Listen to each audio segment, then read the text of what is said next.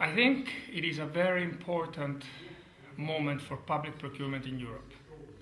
And I think the discussion today was extremely important to understand, to get a sense of direction of where public procurement should go. We have to keep in mind that we're basically in a perfect storm where the European economy is suffering terribly. And in this recession, it's obvious that governments are finding it very hard to find revenues to finance their activities.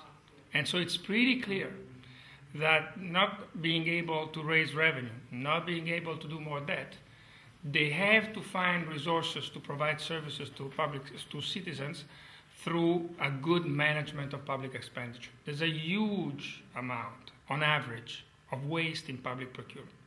And we have evidence that a lot of that waste is due to incompetence within the way public procurement is managed. Not so much corruption, which is great news, because corruption is hard to fight, while incompetence is an easier battle. It's an easier battle, obviously, if you are able, within your organization, to work towards performance and competence and rewarding that performance.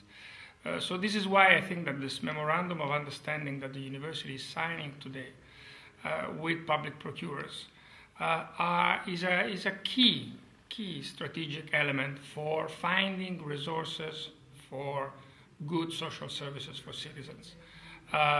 Within that, it's obvious that this recession is hitting harder small and medium firms. There's no doubt. They have less muscle to handle this storm. So it's obvious that public procurement in a crisis is also an instrument that needs to be open and favorable towards SMEs. Now the key question here is, does the European Union directive give us enough instruments to make small and medium firms an actor within satisfying public demand? And we discussed about this tonight. We saw that there are alternative models that protect SMEs more. Certainly we have to look at a scenario where for the next 10 years, small and medium firms will not have shares of public procurement reserved for themselves. But still, there's a huge amount of things that public procurers in Europe can do to help SMEs.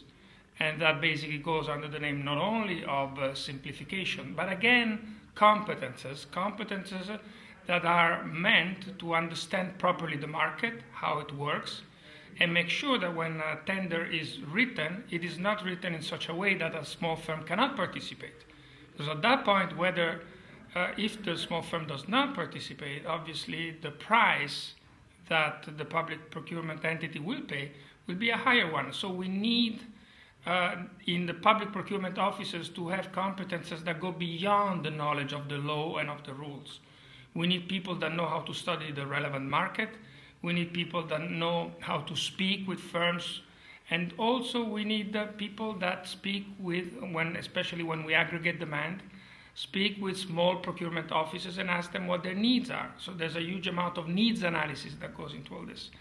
And I think that if public procurement officials collaborate with the university, and the agreement that the University of Bangor has done is fantastic in this sense, will really help to weather the storm and lead us into a situation where these firms will not close down, they will be able to survive the crisis, and they will be able at a certain point, also thanks to the fact that they've learned how to do their business with the public sector, to become engines of growth by one day, like we said today, maybe becoming big exporters and big competitors in the world market. It's a long process, but we need to start it, and we need to make sure that this recession does not kill the process before it starts.